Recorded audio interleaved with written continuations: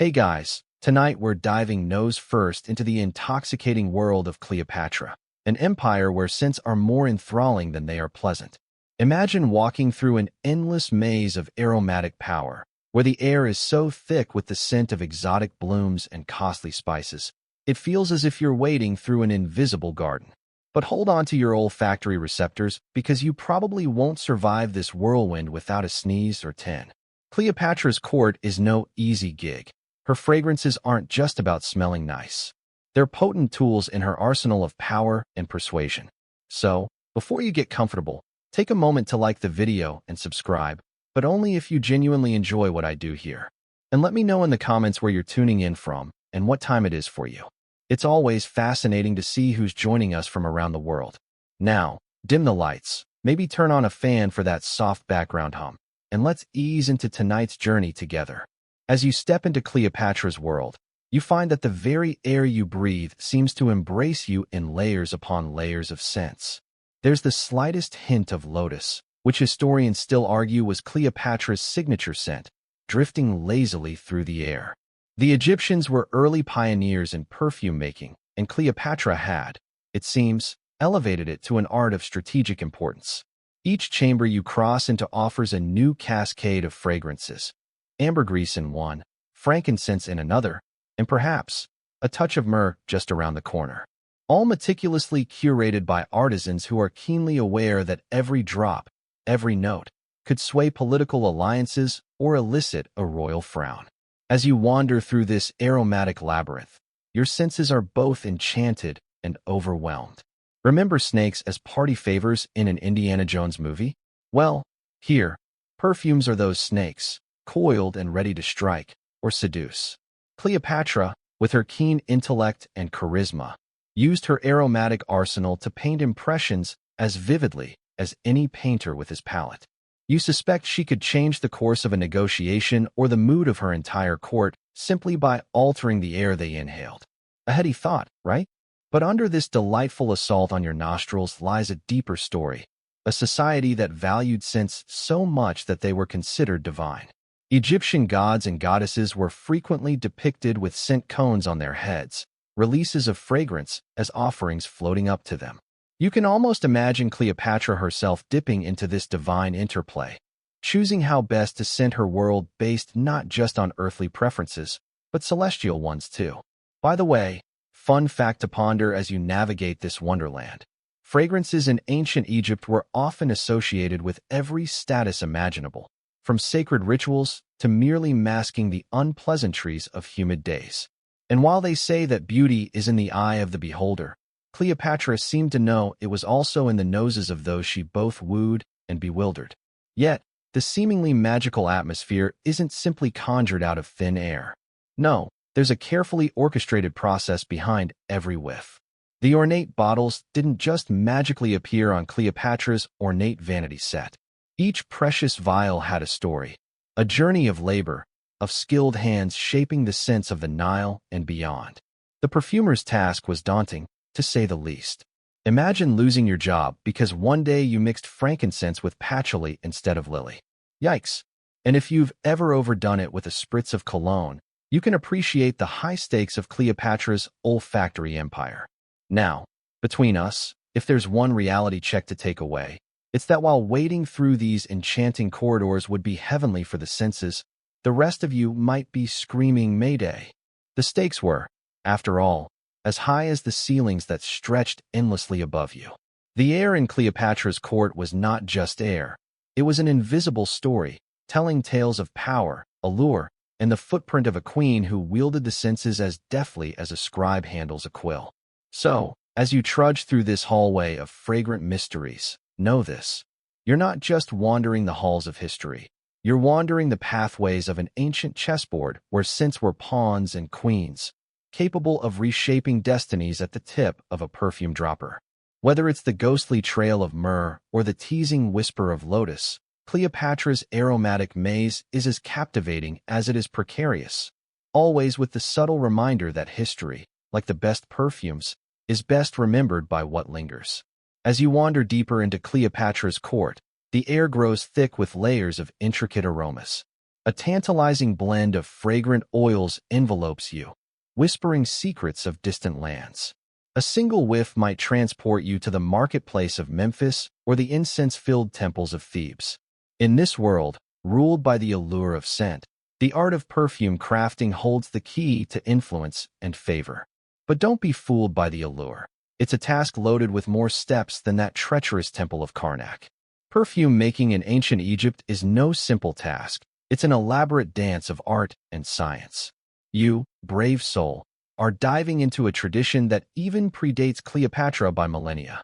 The Egyptians were pioneers in blending aromatic wonders, turning local flora like lilies, myrrh, and jasmine into liquid gold. Imagine a process requiring not just artistic flair, but also the precision of a watchmaker, if watchmakers had existed back then. Historians still argue whether these ancient perfume makers had favorite recipes, or if they considered blending more of a spontaneous art, like jazz with sandalwood undertones. Picture, if you will, the lab of an ancient perfume craftsperson. Think less scientific beakers, more al fresco workshop with a Nile view. Instruments made of clay and stone surround you, from grinding stones for pulverizing precious woods to bronze boilers heating oil and water. There's steam mingling in the air like a humid hieroglyphic. Those mixers you now see at your local cafe? While fun for a spot of frothy milk, back then, stirring was a more arm-giving exercise kind of ordeal. The thought of a modern electric blender would sound as fantastical as a chariot with cup holders. A popular method among these artisans for capturing the divine was maceration. This meant immersing fragrant plant matter in fat or oil, leaving every fiber soaked with essence. Over weeks, maybe longer if you hit the ancient version of supply chain issues. Crocodile on the delivery route, anyone. These sacred substances infuse their essence into the medium, ready to be strained and refined. It was a tedious process, akin to squeezing every last drop from a nearly spent toothpaste tube, but infinitely more aromatic in payoff. The ingredients, truly the stuff of legend. Frankincense, a little starter pack for anyone delving into the mystical aromatic arts, and another reason incense holders sold as fast in ancient Egypt as today's smart gadgets do. Then there's myrrh. Yes, the same myrrh that wise men lugged across deserts. In ancient Egypt, myrrh was sprinkled into perfumes to add depth and complexity, like adding just a pinch of nutmeg to your hot chocolate. If nutmeg were a sticky resin purified by arduous labor. Historians still chuckle about quirky finds like galbanum, an ingredient with a scent profile described as terpenically complex, which is to say, it smells better than it sounds. There was also the highly sought-after spikenard, a plant extract from the Himalayas that took an entire caravan's worth of effort to procure. So, next time you complain about international shipping delays, remember, spikenard required negotiation with yak-owning middlemen, or so we imagine. These perfumes were like ancient elixirs, meant to bloom on the skin, conjuring the presence of gods, enchanting rulers, and, perhaps most importantly, ironing out any unpleasant post-sandstorm aroma one might acquire. As for the method, there's cold enfleurage. Bet you didn't expect a French-sounding technique amidst the palm trees. This process used fixed oils to capture the fragrance of flowers that were too delicate for heat. It involved layers of flowers and fat, a marriage of plant and animal, replaced regularly over weeks until the very essence of the blossoms seeped into the oil. Modern scholars might debate whether the ancient artisans had an inkling of the underlying chemistry, not a periodic table in sight, but the results speak volumes. But this aromatic soup you've been tending isn't simply an essence of the vegetation intonation. It's an essence of power, desire, and intrigue. Cleopatra herself is said to have written instructions for her own private fragrance cryptrology, a mix of recipes, rituals, and perhaps a few cheeky love potions. The Queen's legendary barge, infused entirely with rose oil, remains an iconic example of how scents could be used to captivate, enamor, and ultimately command attention. It's your challenge now to learn this intricate language of fragrance, from top notes to base, and to wield its power wisely. Or perhaps just well enough to avoid having your head separated from your shoulders. As you immerse yourself in this world of scent, you begin to glean why perfumes were more than simple luxuries in Cleopatra's palace. They were essentials in the toolkit of diplomacy. Perfumes were status symbols, spiritual conduits, even a non-verbal strategy in the high-stakes game of royal favorites and courtly contention. Unlike Cleopatra's ill-fated romance with Mark Antony, however, the objective here is zero drama and lots of well-balanced essence. Now, the fine art here isn't just about copying past successes. It's about pushing the nose's backstory, a tantalizing hint of what lies just out of reach, a bit like a vintage soap opera with fewer plot twists and more gourmand undertones. The tension of your role is built upon this delicate balance. One errant drop, a shake too many, and your delicate potion might turn from evocative to evictable. But when you nail it, the triumph, considered worth its weight in gold, literally. Imagine the bargaining power of a scent could rival that of a pharaoh's ransom. And as you mix and macerate, grinding and stirring away, do take a moment to relish how such a seemingly tactile and earthy activity holds sway in this ethereal space between the mundane and the magnificent. Knowing the weight of every flower, the source of each resin, the exact moment when to decant and when to linger, can turn you into a sought-after artisan, the secret hand behind Cleopatra's scented overtures, in your fantasies at least. Yes, you're not just crafting perfumes, you're shaping destinies, one drop at a time. Picture yourself under the blazing Egyptian sun, setting off on yet another journey along the snaking ribbon of the Nile. You're on a quest, one that every perfume aficionado can only dream about, unless you count the endless scrolling through online shopping for the perfect fragrance as a quest. Your pursuit? Collecting the finest ingredients to create scents that would make even Caesar pause in admiration. It's a tough gig, but someone's got to do it. After all, Cleopatra's olfactory standards don't simply manifest from local markets. As you drift in a small boat, surrounded by swaying reeds and waterfowl too lazy to do more than give you a sidelong glance, aromatic possibilities flicker through your mind. Frankincense and myrrh are, of course, non-negotiable staples in your crafting arsenal. These resins, derived from trees found far to the south in ancient Punt, imagine an arduous journey equivalent to modern-day drives for a Black Friday sale, are revered for their ability to calm and purify the mind, although they probably won't help with your anxieties about running into crocodiles, souvenir sellers, or both. Onward you go, to regions whispering promises of rare Kiffy ingredients, a sumptuous blend that requires no less than 16 components, or 23, if you want to get really pedantic. Historians still argue whether its scent could indeed summon the gods, or just a few blissfully oblivious cats.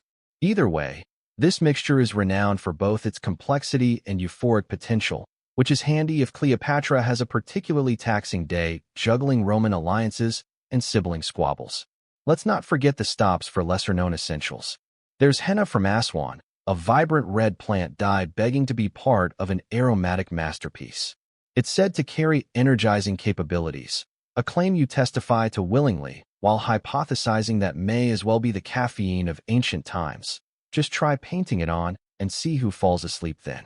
Of course, you have to navigate the perilous, and, let's face it, often political, world of spice trading. A quick detour to the bustling agora for a handful of cardamom might remind you of lining up for that last Xbox on Christmas Eve.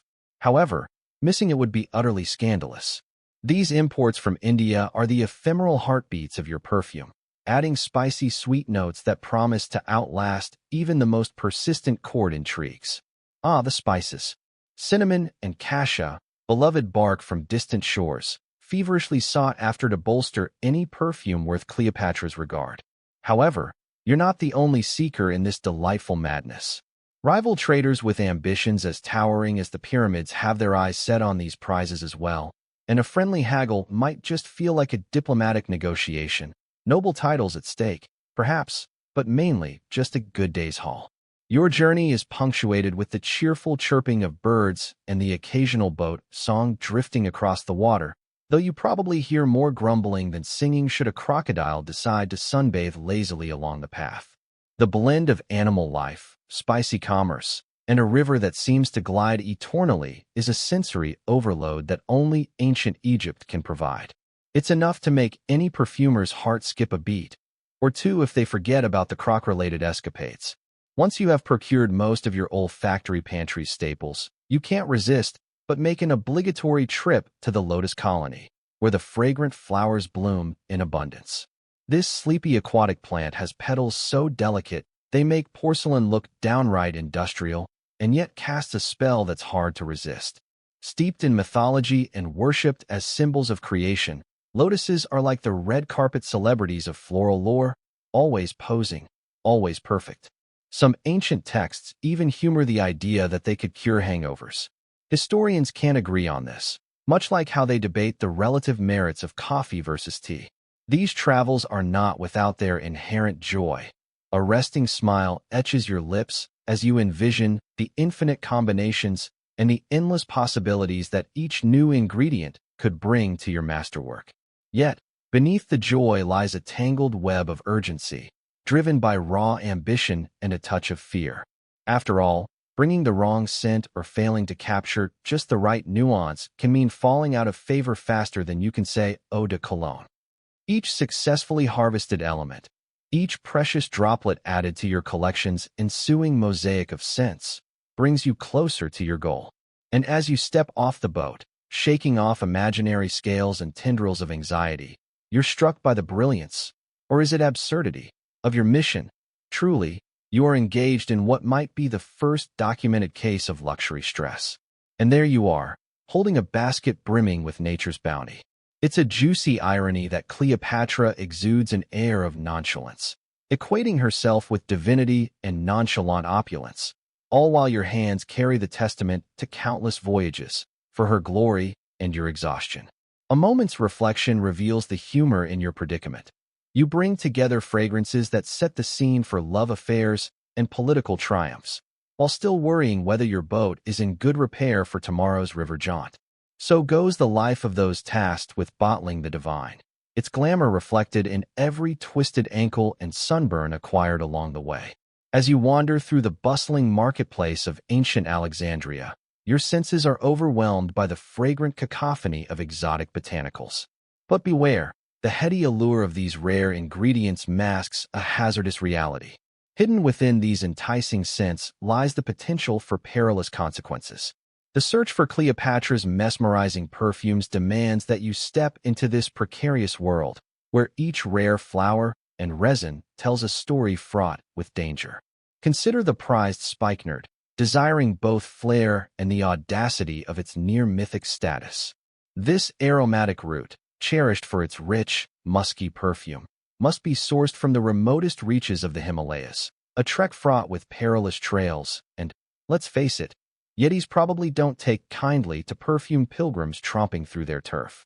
Although Himalaya-based extraction is beyond your everyday duties, the risk is very real for those who gather it, and it commands an exorbitant price, matching its rarefied prestige.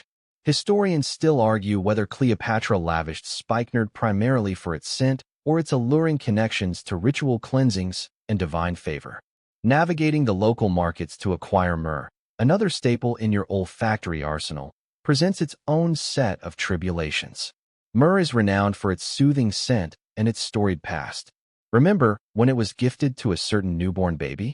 However, the extraction process from the conifer trees is arduous.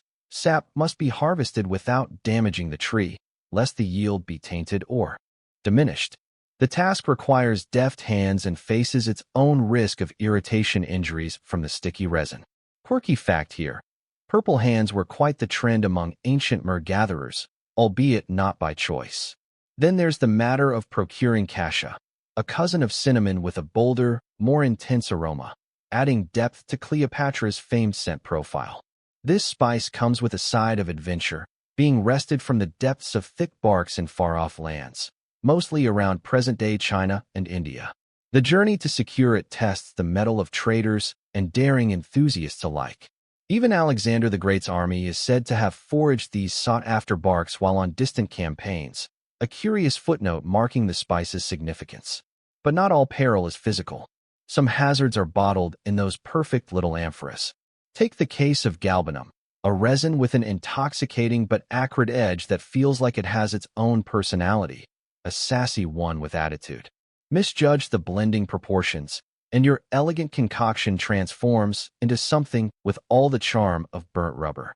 And while it harmoniously delights the nose when perfectly balanced, galbanum has a sinister side. Its fumes, if improperly distilled, can lead to dizziness or worse, a lightheadedness that Cleopatra might mistakenly attribute to her own intoxicating presence. Moreover, let us not forget the humble lily. While its perfume is unparalleled, harvesting it demands a nimble touch and an awareness of the slight, yet ever-present, toxicity. Cleopatra's famed garden owes its thrives to the delicate care provided by gardeners, who must be cautious of skin irritations. Imagine trying to scratch an itch in an era sans modern antihistamines. The struggle is real. Ancient texts indeed describe lily-infused oils as a luxurious treat for royalty, yet the gardens whispered warnings beneath their blooms. And so, when you add it all up, the ancient world's perfume crafting feels much akin to modern-day chemistry classes' dreaded lab sessions, minus safety goggles and lab coats, but plus magnificent risk. Every whiff, every droplet, can flicker between causing offense, danger, or worse, a royal scandal. Even those crocodile dung sunscreens provide only limited mitigation from such precarious mishaps. A sprinkle of trivia to keep you on your sandals. Did you know that Cleopatra's lab was said to have a special chamber with a constant breeze? The breeze wasn't just for cooling. Its primary mission was to disperse potentially lethal vapors, culinary chic notwithstanding. This rooftop purification passes down the ages, whispered in mystery and subtly contested by scholars over the efficacy of ancient ventilation. Traversing the delicate dance of these elements, you learn to wield the knife's edge, carving sprays of charisma and echoes of peril into her glamorously scented arsenal. Cleopatra's perfumes are more than simple indulgences. They are instruments of her magnetic diplomacy and seductiveness. As her trusted perfume mixer, you must embrace the danger mingling within the pleasant notes, always balancing risk against reward, akin to courting the royal court's mercurial favor. But that, of course, is a tale for another dream. As you stand amidst an array of precious oils and fragrant tinctures, you assume the role of a master alchemist in Cleopatra's legendary court. Here in this perfumed paradise, the act of blending fragrances isn't merely a task. It's an exalted ritual, a revered blend of art and science that has the potential to mesmerize a royal audience or send you spiraling into political oblivion. Forget your modern scent mixers and their elegant glass bottles. Back in the day, concocting fragrances was like conducting an orchestra without a score, relying instead on an intricate dance of intuition and experience. It's in this bustling workspace that you, and your occasionally trembling hand, reach for the alabaster jar containing myrrh, a resin as revered as it is tricky to balance.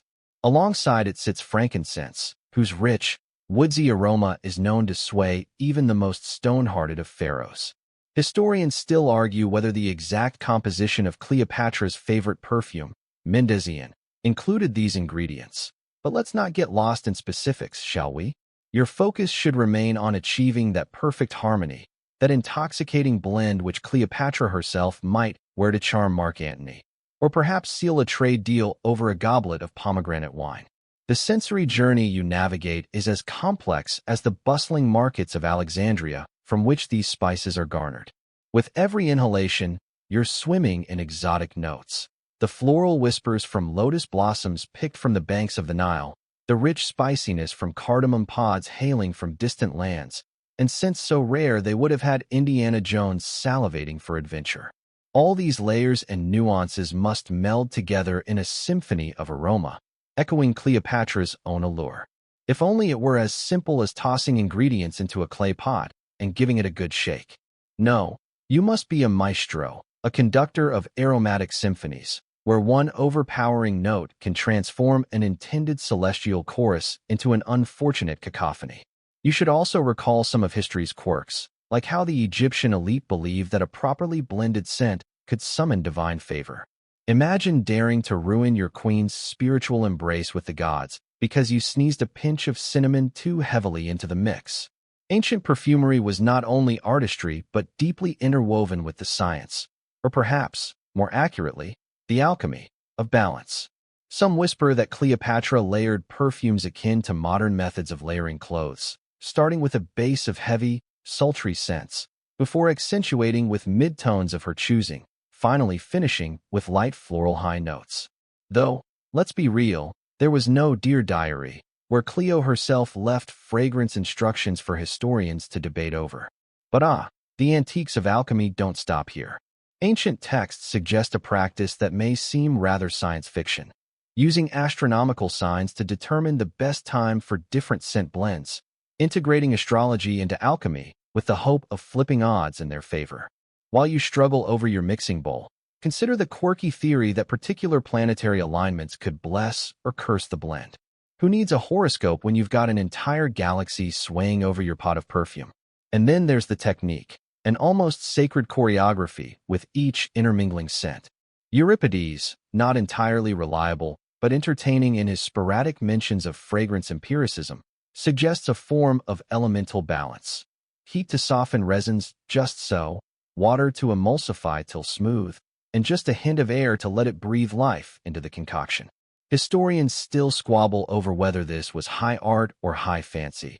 But during this challenge, you feel remarkably like a baker of olfactory delicacies, delicately crafting a Michelin-starred meal in a 6-foot kitchen. The stakes are deliciously high. The perfect blend can conjure power, evoke loyalty, perhaps even engender an alliance. But one unfortunate whiff of burnt clove or overly fervent jasmine, and you're setting yourself up for disaster. Remember that crocodile dung sunscreen for chapped skin? Perfume blending errors are frowned upon almost as much, if not more, especially when one's royal nose is involved. Each blend is a burgeoning tale, a story painted with fragrance instead of words. Cleopatra, armed with the seductive silage of a perfectly blended potion, might convince rulers from lands afar, turning the tides of war or peace. In this unique workspace, you are a silent playwright of scent, a dream weaver in a white linen tunic. And yet, within this magical vocation lies the shadow of its demands. For every successful blend, there looms the constant threat of disaster. You've read those cautionary tales where a miscalculated drop is the ruin of empires, or at least the expulsion of an unlucky perfumer from courtly grace. It's enough to make you appreciate your own fragrant concoction's precarious balance atop that ornate vanity Cleopatra so casually occupies. As you place the final stopper on your most recent creation, reflecting on the tactile yet ephemeral nature of your craft, remind yourself that, at its essence, the art of perfumery in Cleopatra's era is as much about preserving tradition as it is about pushing boundaries. That delightful tension between past reliance and innovating future allure wraps you up in clouds of scent-inspired dreams. You've become part alchemist, part magician, part royal confidant, blending perfume that does more than linger. It whispers secrets across time. Imagine yourself in the bustling heart of ancient Egypt, where the air is thick with scents, some delightful, others, well, intriguing, and you, dear listener, have been entrusted with the peculiar task of managing the logistical wonders of perfume creation. It's a bit like trying to organize a rock concert in a world without smartphones or even a reliable postal service, but with a fragrant twist. First, let's talk transportation. Picture this. You've just acquired a batch of frankincense from the Arabian Peninsula, carried on the backs of camels that perhaps enjoyed the journey a bit too much, if the smell is anything to go by. Your mission, should you choose to accept it, is to ensure that this precious cargo makes it safely to Cleopatra's court. Now, considering that even modern global supply chains have their hiccups, and that's with airplanes and refrigerated trucks, your task is no small feat. Ensuring the quality of these aromatic treasures is kind of like walking on a tightrope, while balancing a jar of unguent on your head. There's no refrigeration, of course, but you'd be surprised at how creative one can get with a few alabaster jars and a cool, dark place to stash them. And don't even get me started on preserving the quality through the heat of the desert. No sunblock or shades in sight, just the unwavering Egyptian sun and your hope that shade will work its magic. Adding to your list of headaches is storage. We're not just talking about finding space in a pantry somewhere between Cleopatra's favorite lotus oil and that questionable crocodile dung sunscreen. No, you need actual strategy here. Ancient Egyptians often used ceramic pots sealed with linen and wax to keep the fragrances fresh. And yes, wax melts, which means frequently checking your stores to ensure your precious oils aren't turning into a sticky mess. You'll need to become quite the expert in climate control, ancient Egypt style, probably dreaming of air conditioning at night. And then there's the small matter of inventory. Ah, yes. What fun it is to document each batch of precious cinnamon or myrrh using notepads and pens. Oh wait, did I say notepads? My mistake. You'll be using papyrus scrolls and reed brushes instead. Thank goodness you took those extra hieroglyphics classes in school, right? Keeping track of what you have and what you need regularly involves arithmetic more complex than trying to calculate how many hours of sleep you'll get after binge-watching a new series until 3 a.m. But let's not forget politics. Just because these are perfumes doesn't mean they escape the drama. Let's say you're storing an upcoming blend for the diplomatic marriage between local nobility. There's nothing like a diplomatic butter-up to keep the peace. Spices and resins are requested as a show of goodwill, and somehow, that shipment of cinnamon went mysteriously missing. Did a rival supplier play a trick to mar the scent's magic potency? Or was it a simple accounting error by you, the overworked logistics manager? Historians still argue whether Cleopatra's own initiatives for strategic fragrances played into more conflicts at court. Spoiler alert, they totally would have. As you grapple with all this, you can't escape the ever-looming threat of spoilage. Precious ingredients can decay faster than a celebrity's marriage in Hollywood gossip, transforming what was once a heady bouquet of exotic allure into an aroma akin to wet socks forgotten in a locker. To say the least, your skills in managing these aromatic treasures are hanging on the edge of history. But really, how exciting is it to work with a blend that could make or break Cleopatra's heart, or her political standing? After all, the ancient Egyptians didn't just see perfumes as delightful bathroom adornments. They were vital tools of diplomacy and charm. So as you carry on balancing the unpredictable journey of your spicy and floral guys around the sands of the Nile, remember, you're not merely a master of perfumes. You're essentially the backbone of Cleopatra's courtly graces and political machinations. All in a day's work, right? And it's always comforting to know that, while modern logistics have upped the game with barcodes and scanners, the art of keeping these ancient scents intact is a sacred ritual that many scholars continue to study to this day. Indeed, they debate if ancient methods could rival today's strategies in sustainability or efficiency. Now, somewhere in the midst of all this chaos, if you catch a whiff of lotus oil, just lean back and embrace the mystery and allure of that time. Just make sure to dodge that sunbeam before it hits your precious cargo. The sun barely peaks over the horizon when you begin your day, the anticipation mingling with the cool morning air, hinting at another long day ahead. Every breath you take fills with the faint traces of myrrh and frankincense that cling to your clothes and hair. As Cleopatra's trusted perfume mixer, predictability is far from your day-to-day reality, despite a routine that might suggest otherwise. You move with purpose, your first destination being the storage chambers, a labyrinthine assortment of amphorae and jars containing exotic ingredients from every reach of Cleopatra's vast empire. The room is a sensory overload, even this early in the day, as the rich, resinous scent of storax intertwines with floral whispers of nard and spikenard, separating what's a pleasant fragrance from a life-threatening poisoning, or at least an unfortunate rash, becomes second nature to you. Of course, it's not always fail-safe. Historians still argue whether ancient beauty secrets always kept safety first, or if royalty merely preferred to itch glamorously. Back to the task at hand. Today's work centers around a crucial concoction intended to accompany Cleopatra's next negotiation with a visiting dignitary. Like a true top chef, you inspect your ingredients with a discerning eye and a discerning nose, drawing on your keen instinct to prioritize what complements the ruler's natural charisma. The practicalities of working with precious oils involve more than a simple mix and match. You scrutinize the myrrh for freshness, ensuring it hasn't absorbed the unwanted dampness that Egyptian air can sometimes bestow when one forgets to keep the storage here well ventilated. Remember that scarab skin rug that refused to dry last flooding season? Preparing the day's mixture requires skilled hands and an intuitive mind. While some modern craftspersons have the simplicity of synthetic compounds, you rely on manual precision. Your fingers dance over the scales, mimicking a delicate ballet that knows no room for errors. Your movements echo the silent rhythm of ancient songs, perhaps a serenade or a hymn deciphered from hieroglyphs. The intoxicating aura of sandalwood creating an ambience worthy of such musical imaginings.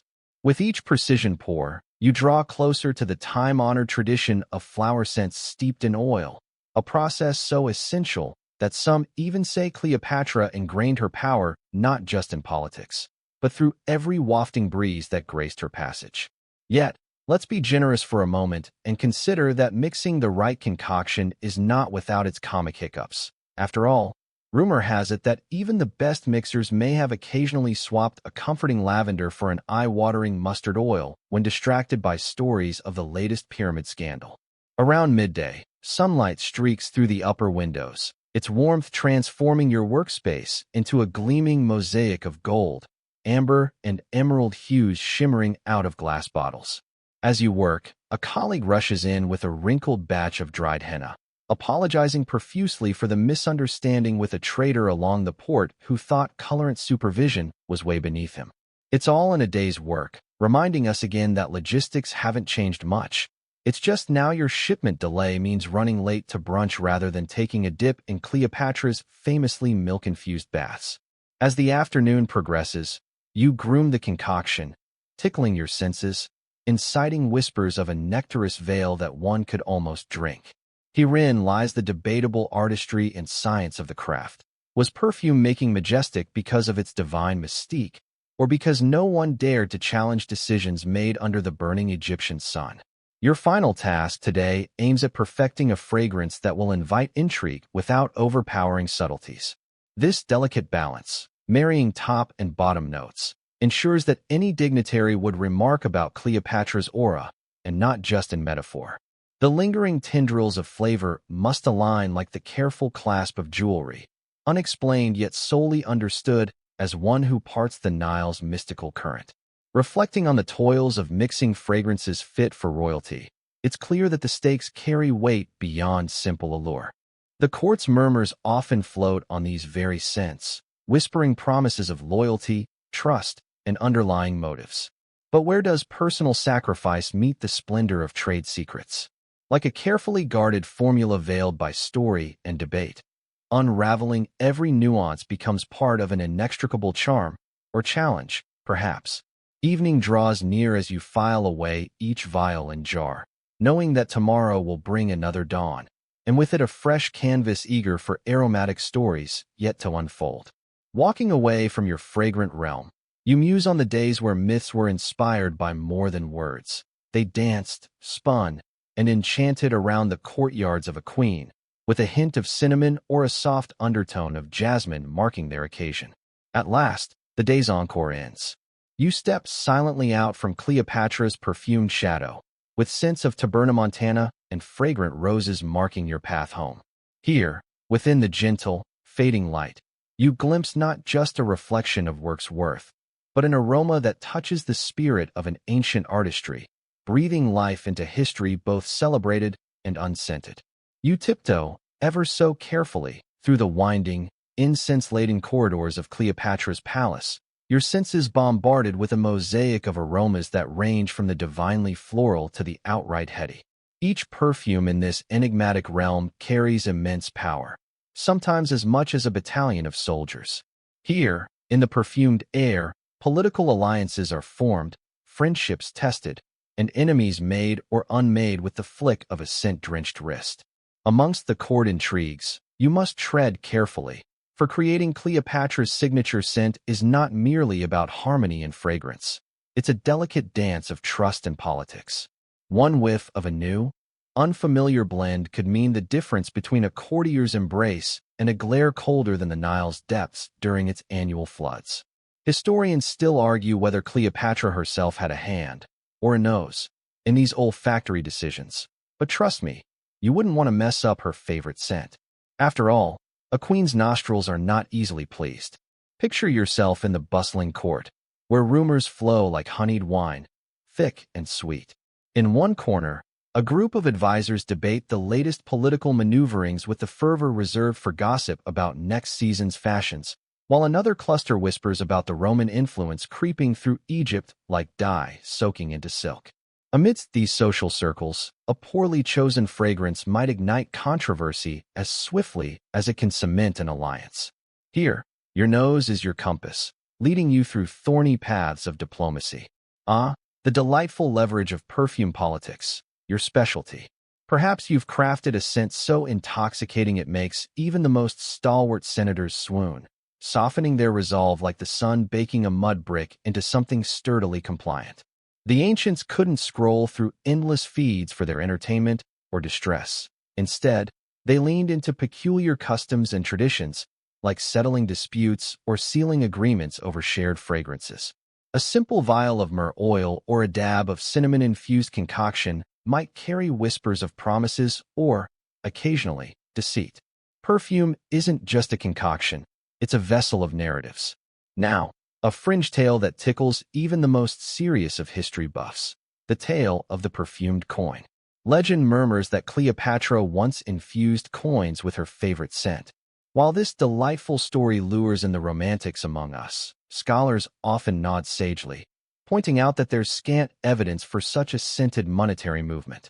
Still, you can't help but wonder what it would feel like to find coins scented with the queen's essence in your satchel. Perhaps it's as mythical as encountering a sphinx on your morning commute. But wouldn't it be splendid? In these games of thrones and perfumes, you're mindful of which jars of aromatic concoctions are being passed ceremoniously or slipped discreetly into the folds of a robe. A perceptive nose can often detect which factions are mingling and which are festering with distrust. Perfumes can indicate allegiance, where one you craft specifically to please a senator and suddenly you're their confidant or, perilously, their spy. A good mixer understands that sometimes the sweetest-smelling hands may be up to the craftiest mischief. Might as well add it to your growing list of talents. Amateur scent detective. Now, as you waft through these intriguing dynamics, let's sprinkle in a dash of humor to balance our heavy, fragrant atmosphere. It's said that Cleopatra could discern over 1,000 different scents. Imagine a modern-day job interview. Special skills? Oh, just discerning complex olfactory profiles while simultaneously assessing political climates. Perhaps she'd even have time to post a job listing. Perfume mixer wanted. Must juggle jasmine and jostling egos with equal finesse.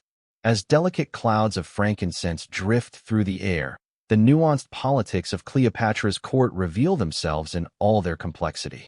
Behold the grand ministers, the shrewd diplomats, and the not-so-subtle sycophants who trail after Cleopatra like she's the only ostrich egg in the Nile Valley. You might think of the court as a strange, bewildering game of chess, with you, the humble mixer, holding a pawn that packs a potent aromatic punch. Not every bishop or knight can claim that, mind you. You observe, entranced, as Cleopatra sails through the grandeur of her court, her very presence a symphony of scents that tugs attitudes in her favor and wafts whispers of admiration, or envy, behind her. Like a theatrical director, she knows which combination of aromas will ensure a riveting act in her ongoing diplomatic dance. The ancients might not have coined emotional intelligence, but best believe they wielded olfactory intelligence, like the mighty papyrus reeds along the banks of the Nile. Historians are still abuzz debating whether Cleopatra employed her seductive olfactory embrace on the likes of Julius Caesar and Mark Antony as part of her grand strategy, or if it was simply a delight she naturally mastered. They acknowledge one truth. Her understanding of fragrance was rivaled by few. In an age where one could not text their demands or desires, she instead sent silent scented messages more potent than any scroll, often leaving a part of herself lingering long after she departed the scene. Through this symphony of scents and sagas, your own role is vital yet restrained. You know the power of your creations and the means to gild or poison the prospects of those who seek your concoctions for influence. You smile, accepting your mixer's position without hesitation, eyeing those clamoring for your attention. A soft fragrance might bring ease, add tension, or simply change the narrative. Isn't it just the pastime of eternity to dabble in aromatic subterfuge? So there it is, the dance of diplomacy where notes of rose and cedar harmonize with the shuffling of feet and whisper of hushed voices. In Cleopatra's magnificent court, Every blend is significant, every scent a potential turning point. And you, dear mixer, are the spine-tingling pivot on which these scented parallels hinge. You meander through this arena with humor, elegance, and perhaps a hint of vanilla, crafting bonds as fragile as the airy remnants of a long-forgotten scent. Among the perfumed halls of Cleopatra's court, you find yourself holding your breath, not just to savor the exquisite aromas, but to steady the flurry of emotions churning within. Cleopatra is known for bestowing her favor like a swift Nile current. Today you may be gliding smoothly, but tomorrow could be a different tale altogether. Ah, the whimsical dance of a courtier. And you, a mere perfume mixer, are another dancer trying not to miss a step. Each morning, the sun casts its golden glow over Alexandria, shimmering off the alabaster walls of the palace, conjuring an image of eternal splendor. Yet beneath this serene facade, the heartbeat of the court thrums with perpetual tension. You, always aware that Cleopatra's smile can be as fleeting as the fragrance of your best myrrh concoction, must don your best mask of composure. Whether in the meticulous preparation of your aromatic brews or navigating the social intricacies of court life, there's a constant, subtle pressure to remain in the queen's good graces. Could anything be more nerve-wracking than walking the tightrope of Cleopatra's affection, balancing between historical adoration and potential disdain? Think of it like perfecting a souffle in a drafty kitchen. One moment, you're soaring with success as Cleopatra revels in a newly crafted scent, a delicate blend of frankincense and rare lotus oil, captured precisely from the exotic banks of the Nile. The next, a whisper of dissatisfaction can send you crashing, your efforts deflated like that ill-fated dessert. It's a curious thing, the dynamics of favor in the ancient world. Even historians still argue whether Cleopatra's charisma was entirely innate charm or augmented by the olfactory allure you tirelessly bottled for her. Striding into her presence, each footstep measured, you understand that your art is just one piece of an intricate web spun throughout history, a web that could ensnare or elevate you. Though Cleopatra's court possessed a grandeur that befitted a city of its stature, power dynamics were as delicate as the blending of the finest resins. One misstep could mean antagonizing a noble by accidentally overshadowing his offering to the queen, which, as amusing as it may sound, could really stink up your career prospects. So, most days, your exquisite scents serve another role. They are also apologies, preemptive reconciliations for potential affronts lingering in courtly whispers. The court itself mirrors a bustling marketplace, vibrant yet shadowed with hushed conversations carried over the aroma of the finest incense. Cleopatra's palate was demanding, discerning. Her nose could practically differentiate minor, yet essential nuances in scent possibly rooted in her politically savvy mind. Indeed, some would say her true genius lay in how she intertwined the personal with the political, twirling them together in a florid dance of diplomacy, fragrance serving as an understated partner. She had mastered the mental gymnastics of her role, fearlessly wielding perfume as a tool for beguilement and manipulation. From the comfort of your work chamber, you've seen alliances rekindle or falter over something as imperceptible as a misplaced clove note. Take the great Roman general Mark Antony. How potent Cleopatra's spell must have been, whispered into the folds of her robes, laced with the warmth of cinnamon and the allure of roses. Were there truly whispered promises veiled in the mist of scent, or are these just fairy tales drifting with the winds of time? Scholars ponder such questions, fueled by tales growing more extravagant with each retelling. Yet amidst all this, your position remains precariously tethered on the outcome of each cutting-edge concoction. While others at court wrap themselves in layers of jewels or swathe themselves in silks as markers of prosperity, your value is invisibly unwrapped, always precarious, always at the mercy of the wafting air. Imagine this anecdote from our metaphorical soufflé kitchen, the tale of a costly sandalwood blend. When it began, the entire court had fallen silent with anticipation, eyes locked on Cleopatra as she sampled the aroma. It was a hushed moment, save for the low rustle of anticipation. And then, the smile. A rare one, that luxurious, almost satisfied expression that spoke of unspoken approval. You had succeeded, at least for that day. earning yourself not only a place by Cleopatra's side, but also another precarious day in favor, another turn on the wheel of fortune. Being Cleopatra's perfume mixer is akin to a profession perpetually balanced on a knife's edge. Much is demanded of you, with weeks of painstaking effort potentially undercut in seconds by the shift of a queen's whimsy or a rival's enmity whispered behind silken screens. Every element within the perfume, a drop of jasmine oil or a trace of rare almond extract, must be weighed with foresight and shrewdness. No room for error, just as Cleopatra's perfumes must leave no trace of doubt in their fragrant wake. Perhaps as you gather those strewn petals of your craft, squinting through the haze of scented smoke, you come to understand that this isn't merely about keeping a favored position. It is more about navigating and surviving the intricate maze that is Cleopatra's court. 1 part fear, 2 part strategy, and a generous measure of wit. This is a concoction no less complex than Cleopatra's favorite perfume. So brace yourself for this aromatic roller coaster, and make sure to keep both feet firmly planted each time you disembark for the day. Because, much like stone statues and fading scrolls, bricks crumble and saffron loses its vibrancy. Ephemeral and eternal, Cleopatra's court is a world where you must always be ready, perfume vial in hand, nerves of steel in check, and maybe, just maybe, an extra vial of lavender tucked into your robes for good measure. In Cleopatra's world, where power and mystique mingle like oil and water, you stand amid the scent-drenched air, an unnoticed orchestrator of remembrances and romances.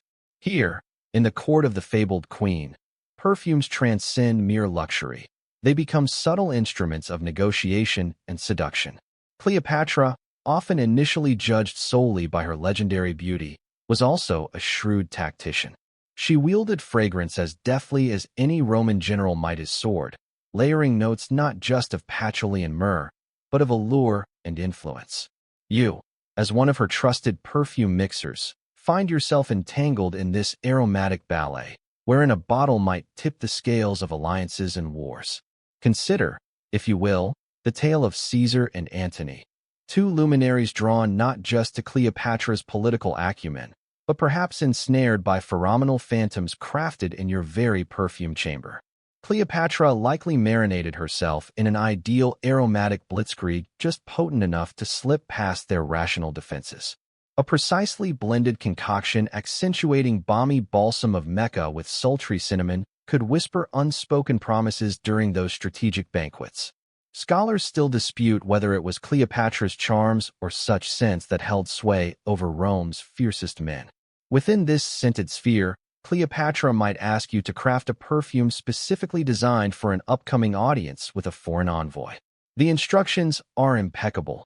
Rich amber base to ground the sophisticated musk of an enigmatic queen, a lilting top note of neroli to offer that touch of the exotic, inviting and yet untouchable. You would employ your well-honed skills, simultaneously drawing from your aromatic alchemy and your observations of current court gossip. Isn't it thrilling to know a mere whiff can provoke such international intrigue? Remember, in this world, a diplomatic meeting is just as likely to be settled over fragrances as over feasts. Historical accounts tell us that Cleopatra kept company with Julius Caesar and later Mark Antony in splendid reaches known for their ingenuity, and yet what lingered longer than their words were the tales of her aromatic spells. One might humorously ponder whether her perfumed wiles led to peculiar Roman proclamations. Beware the Ides of March and mind the musk. Though our credible sources remain unapologetically silent on this count. Yet amidst this perfumed theater, watch carefully as Cleopatra walks the tightrope that is power. Beyond romance, perfumes here whisper secrets into the royal court where seduction of a different kind resides, diplomatic manipulation. One vile scent as a gift might cement a treaty, another might spark a subtle act of defiance. Cleopatra sends the right scent to potentially sway a Senate envoy's passion for a peace treaty, all without a single spoken promise. Isn't it rather like the world's first snugly wrapped persuasion technique? You'd be tempted to think corporations today could take a leaf out of Cleopatra's book, scent-laden contracts, perhaps? And yet there's the double-edged sword that is your work. Fail to capture the essence just as Cleopatra imagines it, and political disaster looms. An incorrect ingredient might offend the less aroma-compliant, leading to not-so-subtle shifts in alliances.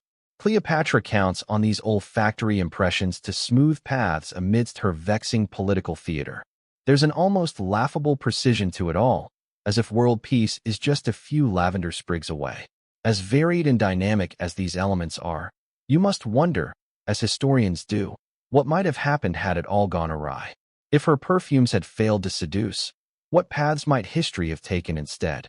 Cleopatra remained poised at this precipice, perfumes always in hand, a testament to her intricate machinations and perfume politics.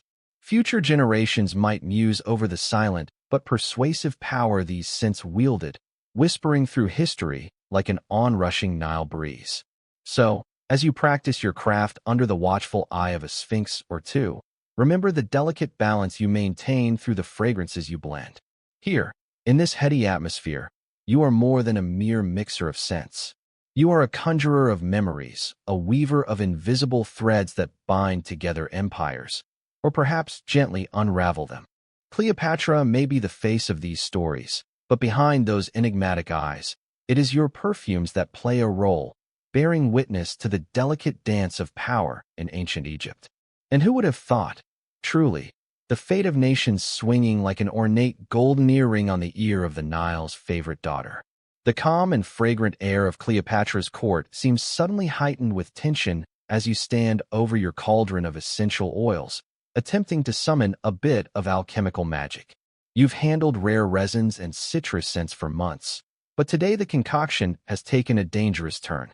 A wrong measurement, a momentary lapse in concentration, and the miscalculation materializes. A discordant and fiercely pungent perfume now bubbles before you, almost audibly laughing at your expense. To say that this hiccup in the process could cause a headache is putting it lightly. Remember that time you tried to substitute a main ingredient with something similar from the local market? Now multiply that by Cleopatra's expectations and the potential for major embarrassment at a royal banquet. You can almost feel the eyes of the court upon you, their anticipation turning to whispers of concern. It's one thing to disappoint your neighbor with a less-than-perfect cup of sugar. It's another to fail a sovereign whose power hinges, sometimes inexplicably, on the allure of her scents. Historians still argue whether Cleopatra's indomitable charm was mainly due to her intellect or, as some fragments suggest, boosted by the hypnotic clouds of perfume. So, what happens when the fragrance intended to enthrall actually repels? Picture this. A room filled with esteemed guests donning attire that smells like a blend of ancient roses, frankincense, and, oh dear, a hint of sulfur thanks to your oversight. Suddenly, alliances that could have been felt in the shared appreciation of an exquisite aroma are now temporarily shaken by clashing noses scrunching in discomfort. You've created not just an olfactory misstep, but a diplomatic one. Noses being connected to faces which are connected to influential persons can be a precarious chain.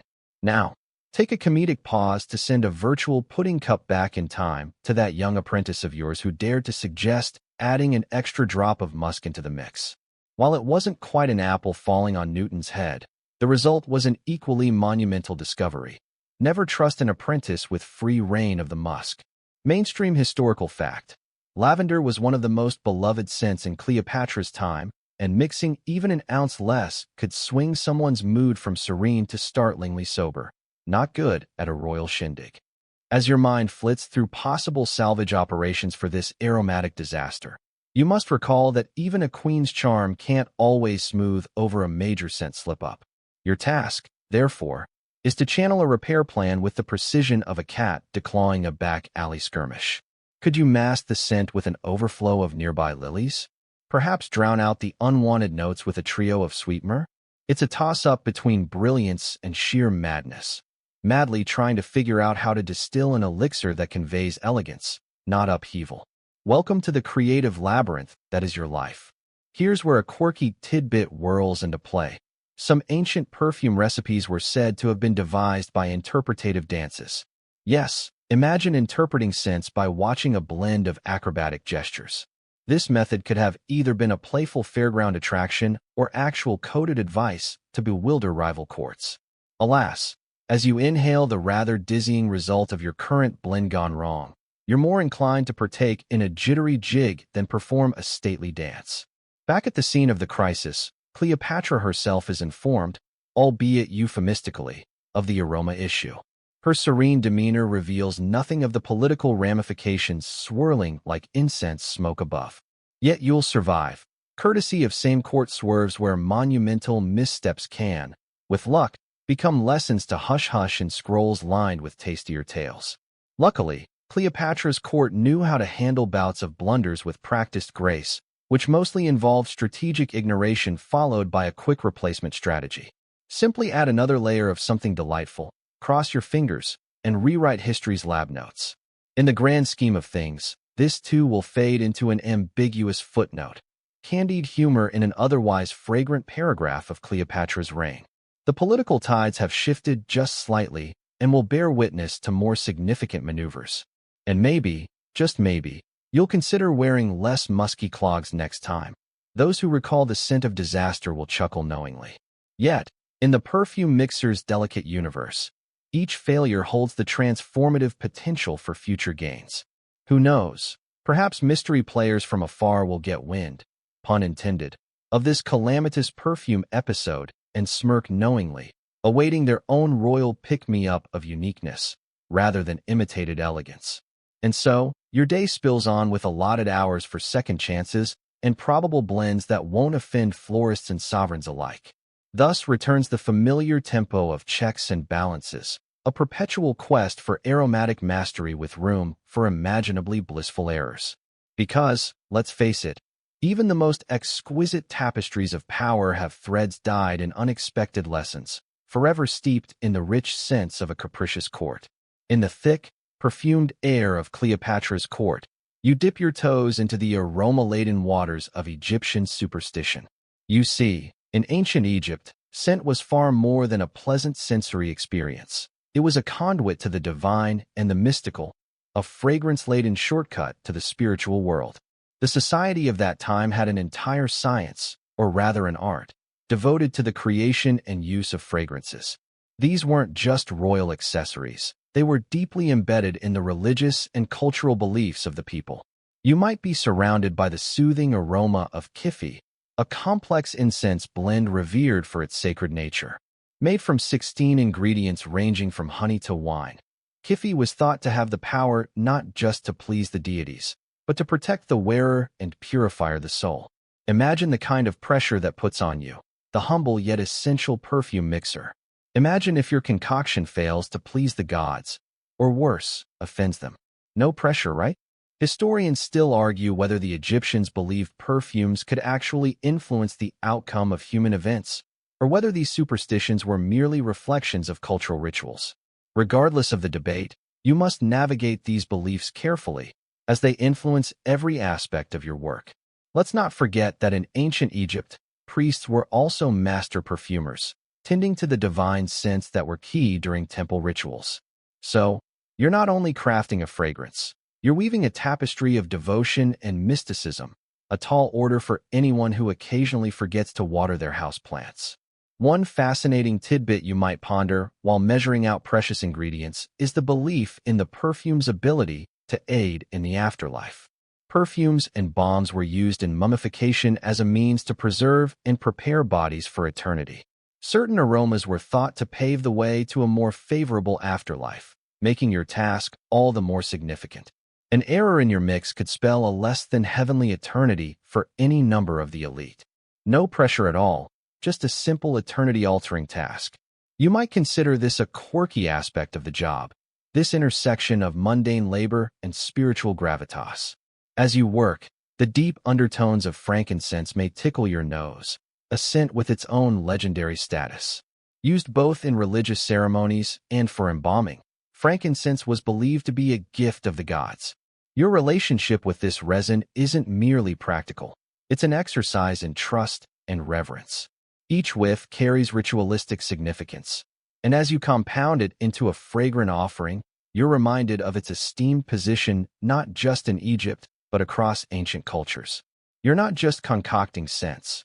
You're in dialogue with the spiritual beliefs that float through the court like invisible currents. These superstitions and symbolic meanings are more than mere curiosities. They have practical implications for your daily work.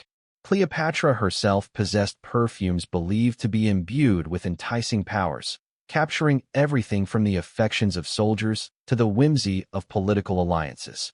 In this world, losing favor with the queen could be as swift as a single subpar batch. If only you had modern reinforcements, like a lab or a team of scientists to back you up. But alas, you work on wit, wisdom, and perhaps a little bit of ritual prayer. Your aromas have a narrative of their own, flowing in the atmosphere like gentle whispers of power and caution. Some smells are considered omens, like the smell of myrrh could foretell both blessings and curses, depending on which foot you stepped out of bed with.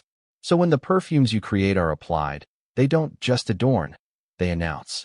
Each scent is like a carefully crafted manuscript, dripping with meaning that alters based on the intent behind its use. As a perfume mixer, you are as much an interpreter of these superstitions as anyone. You tread this aromatic path with caution, aware that you carry fragile vessels of societal and royal expectation. When you're in your workshop, blending this and that with the concentration of an alchemist, you're fully aware of the gravity of each vial.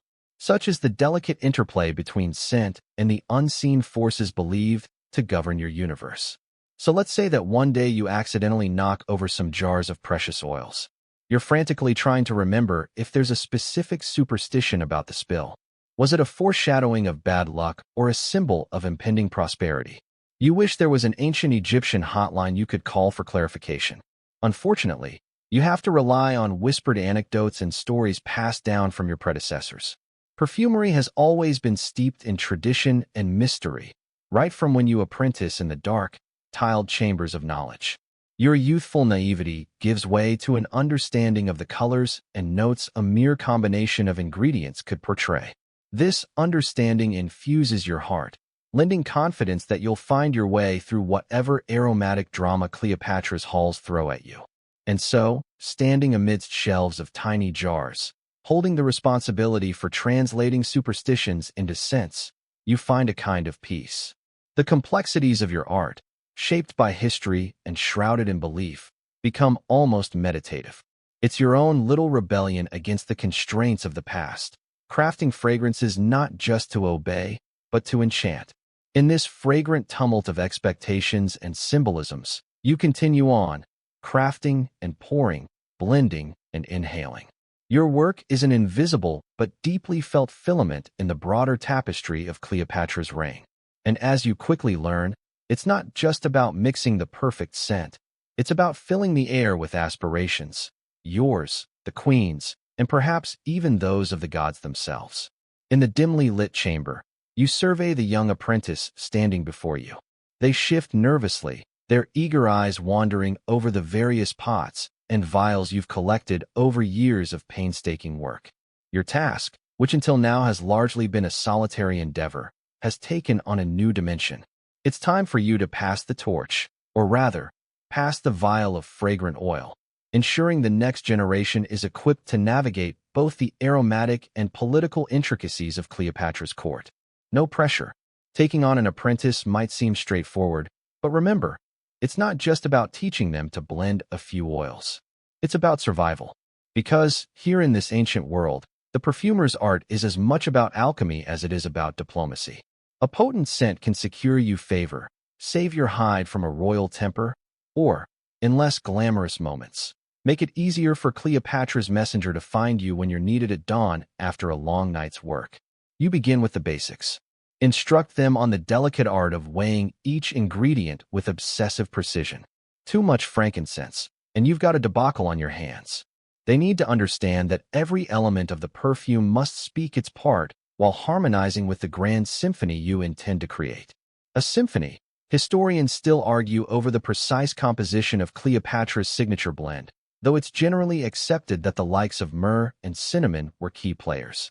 Your apprentice watches with growing confidence as you gesture toward a table cluttered with tools. You hand them a small grinder, crafted from an unexpectedly heavy stone, and hark back to your own learning days when you spent countless hours breaking down resins until your arms ached like they'd never ached before. You gently reassure your protege that strength will come, though perhaps consider skipping arm day at the gym for now.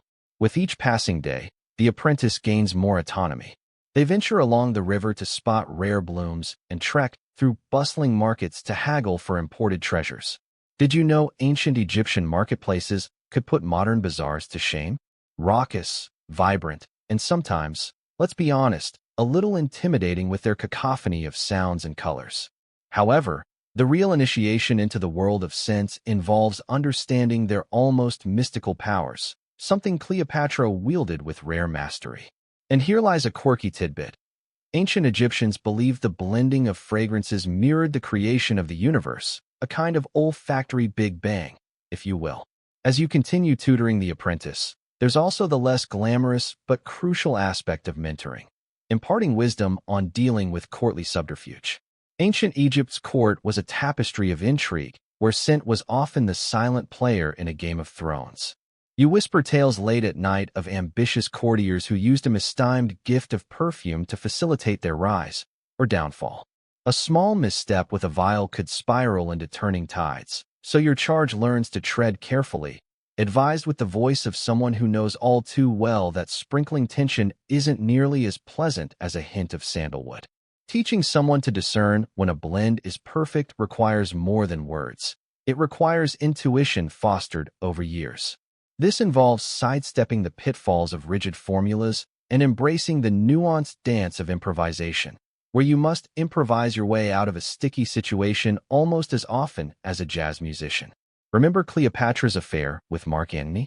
Some historians give not just Cleopatra's wit, but her well-judged use of incense a share of the credit. Or perhaps it was just exceptionally effective aromatherapy. As your apprenticeship program progresses, the mundane necessities of crafting fine perfumes unfurl into a vivid tapestry. You share stories with your apprentice from the chronicles of those who came before, whose recorded practices provide both a guide for your steps and, amusingly, a cautionary tale of exactly what not to do when preparing for a royal unveiling. Perfumes could be both harbingers of favor and omens of failure, and preparing for Cleopatra's discerning nose is akin to preparing for a relentless Olympiad, a fragrant marathon with considerable implications. The sun streaks its late afternoon light across your working space, casting golden beams through the motes of dust that perpetually dance in the air. Standing back for a moment, you observe your apprentice, brow furrowed, but with eyes shining brightly.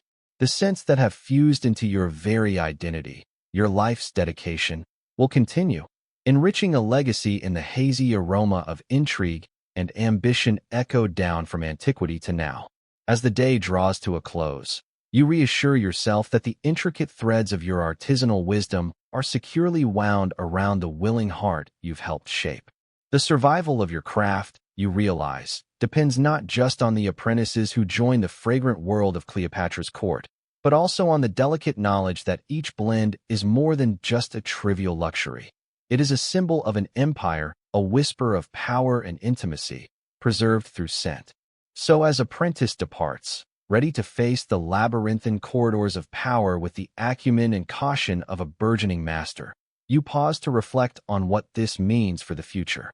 Not just for them, but for the legacy within the very air you both breathe.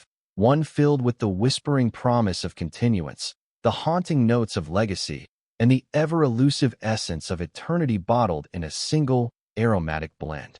Your hands are stained with the inks of arcane recipes and the resins of rare incenses, each application a testament to the mastery and, perhaps, the vulnerabilities that simmer beneath the surface.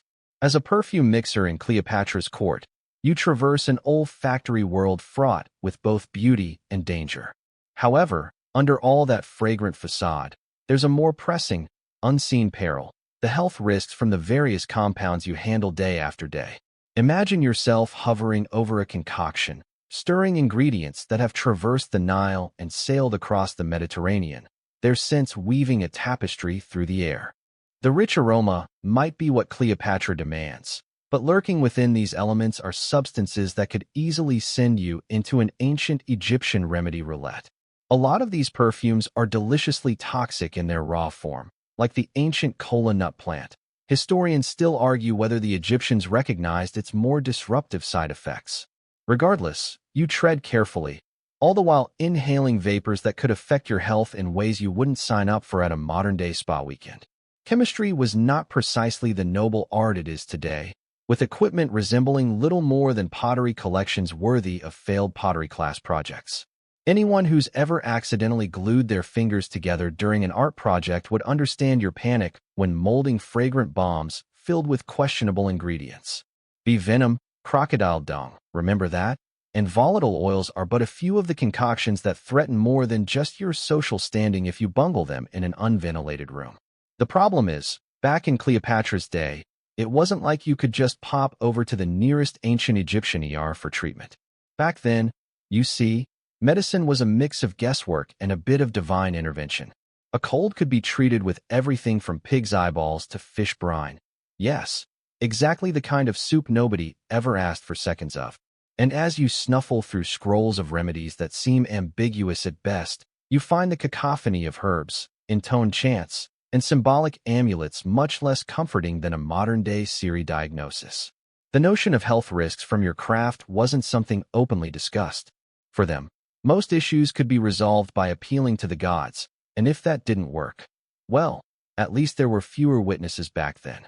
The ancient Egyptians did excel in particular medical areas, anointing their world with a keen sense of order and an intriguing mix of their four humor and element theory. Still, issues arose when prolonged exposure to these perfumes kicked up symptoms like skin rashes or respiratory problems. The word allergy didn't exist, though the concept of being cursed by the gods was a convenient placeholder. There's also the question of those fevers and dizziness episodes that run rife among your fellow perfumers. Is it from the constant heat of Alexandria, or maybe a bit too much wistful daydreaming amid that sweet sandalwood? Perhaps this disorientation stems from the repetitive application of rare resinous extracts like myrrh and frankincense, which, incidentally, are meant as divine gifts rather than occupational hazards. Sometimes, while enduring a headache that could make even the most dedicated pyramid builder rethink their life choices, you might sit by the twilight-lit Nile and wonder when humanity will acknowledge you as the canaries in a celestial coal mine. As wise as some of the ancient practitioners were, understanding what wears down your body still falls on the shoulders of future generations who, hopefully, have stronger scented immune systems. This brings us to the quirky tidbit that ancient perfumes held more than aromatic allure. They were double duty as bug repellents. Those aromas could ward off everything from common pests to more assertive myths like the pharaonic flesh-eating scarabs, which, no, didn't adhere to modern entomology's comprehensive guides on beetles. The irony here, however, is that while keeping bugs at bay, you're wrapping yourself in a blanket of chemical exposure that means a life constantly teetering between luxury and illness. You have to laugh, lightly, in the way only an overworked artisan can when realizing that Cleopatra herself probably had no idea the fragrant shift in her court could inspire future occupational safety measures. But then, perhaps she knew. After all, rightly or not, the mysterious queen wasn't famed for taking reckless chances unless they could yield great rewards. Balancing these chemical concoctions, walking the line between danger and deluxe, mirrors that very philosophy. You, as a devoted perfumer, have front-row seats. Or better yet, you're part of the orchestra, simultaneously in tune and trapped within the melodies you create. And so, as you blend essence upon essence, when you catch a whiff of your own skin seemingly woven from the centuries-old spices, you pause. You read the ancient recipes and add the infusions ever so carefully, knowing you'd give anything for a crash course in modern organic chemistry or even a simple guide to protective face coverings. Your life may be fragrant with imbalance, yet somehow, every mixture remains an unsung poem, evoking reverence, mystery, and a hint of sacrilege across the ancient world. Remember, when you are a key player in Cleopatra's aromatic chessboard, it's not just the regal scents, but the regal risks that make your role a daring art form. True, parchment scrolls are silent on the issue of hazardous labor laws, but isn't that why history tends to aromatically repeat itself? And now, picture yourself gazing back through the corridors of time, where each whiff of Cleopatra's favorite perfume evoked an era of grandeur and majesty. Yet, here you stand in the aftermath, pondering what remains. The statues, once awe-inspiring, now lie in fragments, worn by the relentless whispers of time, a poignant reminder of an empire's impermanence. Those perfumed secrets, so carefully crafted and fiercely guarded, are lost like pharaohs forgotten under desert sands. You reflect on the legacy you've left, a legacy unscented by history's march. Momentarily, you're like an alchemist without gold, a shadow in the annals of time. Some may question what remains of your work, long faded from murals and scrolls, now obscured by sand and silence. They wonder if you truly knew your value, whether you understood that those perfumes you crafted were not merely luxuries, but instruments of diplomacy and intrigue. The Egyptians used perfume in sacred rituals, to embalm their dead, to woo and win, and yes, even to strike fear into adversaries. This was your hidden realm, at times recognized, often uncelebrated, occasionally dismissed. Historians still argue whether Cleopatra's scents were more influential than her navigational skills or her fluency in multiple languages. Your craft, embedded in the essence of each encounter and every alliance she brokered, may never receive the acknowledgement it deserves. Yet, Cleopatra harnessed these fragrances, these ephemeral treasures, to command respect and cultivate alliances, wielding perfume like an unseen scepter. In your quieter moments, you might chuckle, thinking of how tales about Cleopatra often skip over your role entirely, like a director overlooked in favor of the star actress. While the identity of her signature scent remains a matter of historical debate, your hands were behind the curtain, concocting those notes of myrrh and sweet cinnamon, elements with a history as rich as the lands from which they were procured. Aromas of frankincense, sourced with as much effort as your average tourist scoring a genuine piece of pizza in Naples, carried deep cultural resonance. Was the secret in the subtlety of these scents or their symbolism? Perhaps both. And yes, it's quizzically ironic how few perfumes today capture the imagination in quite the way Cleopatra's did. The demands for authenticity, like your aromatic creations, will always be challenged by the sands of time. But before we dive into deep existential musings, imagine the chorus of scents that defined your career, an olfactory orchestra that, even now, conjures echoes of ancient Egypt's prestigious palaces. Though your skills faced neglect as the sands of history swept them away, they were once the heartbeat of Cleopatra's command room. Even as other artisans' works crumbled and were reduced to rubble, consider that the storytelling power behind each scent lingers ethereally, like a shadow that was never meant to be seen, but always meant to be felt. Your creations, contributing to the haze of Cleopatra's historic narrative, underscored many a triumph and whispered behind many a door. Remember, too, the quirks of historical records, like that one time a shipment of the very rare spikenard oil was mistaken for something rather mundane, like olive oil. That misstep became part of the chain of events that some argue led traders from the Silk Road to Alexandria. It's in these unexpected twists that your invisible legacy still breathes gently through the historical scrolls cherry-picked by ancient fabulists or perhaps forgotten entirely. As you reminisce, think of your apprentice who may carry forward a spark of your once blazing craft. He might not fully grasp the extent of what he's preserving, much like your fabled blend now reduced to historic conjecture. But isn't that the way of things? Each generation interprets the past in its image, a reminder that while your mastery may fade, its influence will echo, ever so softly, through the halls of eternity. Therein lies comfort, quiet and fragrant, aiding history like those storied oils once sealed within alabaster jars. Feel the cool whisper of the night as the scene fades, the cacophony of Cleopatra's court dissolving into the gentle rustle of palm leaves. With the day's labors concluded, the overwhelming urgency slips away. The fragrance of your thoughts mingles with a gentle, bygone breeze. Let the worries roll away like gentle ripples in a pond. There's no rush to untangle the labyrinth of history's complexities tonight. The ancient world fades into twilight's embrace, carrying with it the secrets of the Nile, the laughter of court jesters, and the muted, ancestral chatter of merchants down cobblestone paths. The past stretches its arms wide, letting you bask in the tranquil glow of reflection.